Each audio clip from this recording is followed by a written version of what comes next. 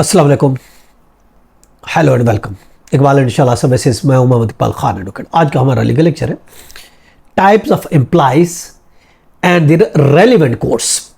आज हम एम्प्लॉइज की डिवीजन करेंगे आज के लीगल लेक्चर में, और उस डिवीजन के मुताबिक कौन से गवर्नमेंट एम्प्लॉय को कौन सी कोर्ट में केस वो फाइल कर सकता है अपनी एम्प्लॉयमेंट के सिलसिले में, अपनी सर्विस के मैटर्स कौन सा एम्प्लॉय किस कोर्ट में फाइल कर सकता है। देखिए, उसके लिए हमारे पास ये रहनुमाई के लिए सुप्रीम कोर्ट की एक जजमेंट है जो कि 795 ऑफ 2012 है। उसकी रूह से अगर हम देखते हैं,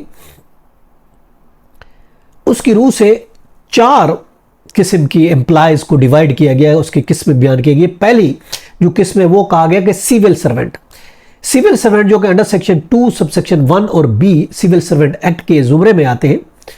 तो ऐसे एम्प्लॉइज जो है वो सर्विस ट्रिब्यूनल में अपनी केस भी फाइल कर सकते हैं या अपील फाइल कर सकते हैं, जो कि सिविल ट्रिब्यूनल एक्ट 1973 के साथ जो सर्विस ट्रिब्यूनल बनी होगी उसमें वो अपनी ग्रीवियंस के लिए जा सकते हैं। दूसरी किस्म के वो एम्प्लॉइज हैं जो कि who are not civil servant but regulated under statutory rules. वो सिविल सर्वेंट जो किसी स्ट्रेचुररी रूल के तहत जिनको गवर्न किया जा रहा है मगर वो सिविल सर्वेंट नहीं है, उसके लिए उनके पास एड्रेस ये है कि वो कॉन्स्टिट्यूशन पिटिशन फाइल कर सकते हैं, हाई कोर्ट में सीपी फाइल करेंगे under article 199 constitution of Pakistan के तहत सीपी उनकी लागू होगी हाई कोर्ट में। तीसरी किस्म वर्कर्स हैं, वर्कर्स या वर्कमैन और इंडस्ट्रियल या कमर्शियल एस्टेब्लिशमेंट के कोई वर्कर्स हैं, वर्क्समैन है या इंडस्ट्रियल या कमर्शियल कोई एस्टेब्लिशमेंट है, यानी नेशनल इंडस्ट्रियल रिलेशन कमीशन के पास वो ये केस फाइल कर सकेंगे। अगर कोई वर्क्समैन है या वर्कर्स हैं इंडस्ट्रियल रिलेशन कमर्शियल एस्टेब्लिशमेंट के, तो वो नेशनल इंडस्ट्रियल रिलेशन कमीशन के पास या फिर लेबर कोर्ट में वो केस फाइल कर सकेंगे। मुतलका जो उनके इंडस्ट्रियल लॉ है उसके मुताबिक वो फाइल करेंगे लेबर कोड या नेशनल इंडस्ट्रियल रिलेशन कमीशन के पास, अपने सर्विसेज के मैटर के कंप्लेंट केस फाइल किए जाएंगे। इसके अलावा दूसरे जितने भी किस्म के एम्प्लॉइज हैं वो मास्टर और सर्वेंट के रिलेशनशिप में आते हैं। बाकी और जो है जितने भी इन जो 3 को छोड़ के जो जितने भी एम्प्लॉइज अगर बनेंगे, पहले सिविल सर्वेंट जो कि under section 21B civil servant act के तहत आते हैं, दूसरे वो होते हैं जो कि किसी स्टैट्यूटरी रेगुलेटरी बॉडी जिसको वो करती है उसको रेगुलेट करती है, वो सीपी फाइल करेंगे।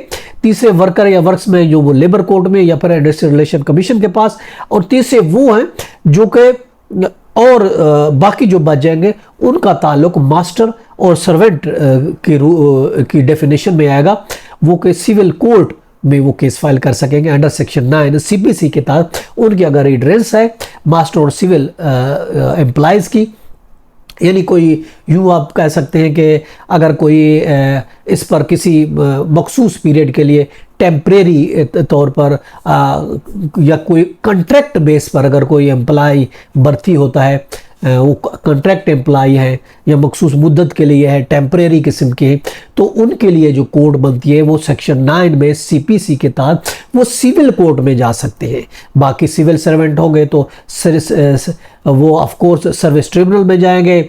अगर कोई रेगुलेटरी बॉडी के होंगे तो वो सीपी फाइल कर सकते हैं हाई कोर्ट में, और इसके अलावा वर्कर्स हैं वर्क्समैन हैं तो वो लेबर कोर्ट में जा सकते हैं। उसके अलावा अगर कोई है मास्टर और सर्वेंट जिनका रिलेशनशिप है तो वो सिविल कोर्ट में जा सकते हैं। ये था हमारा आज का लीगल लेक्चर। इसके साथ इजाजत कर फिर मिलेंगे। Have a nice day. अल्लाह हाफिज़।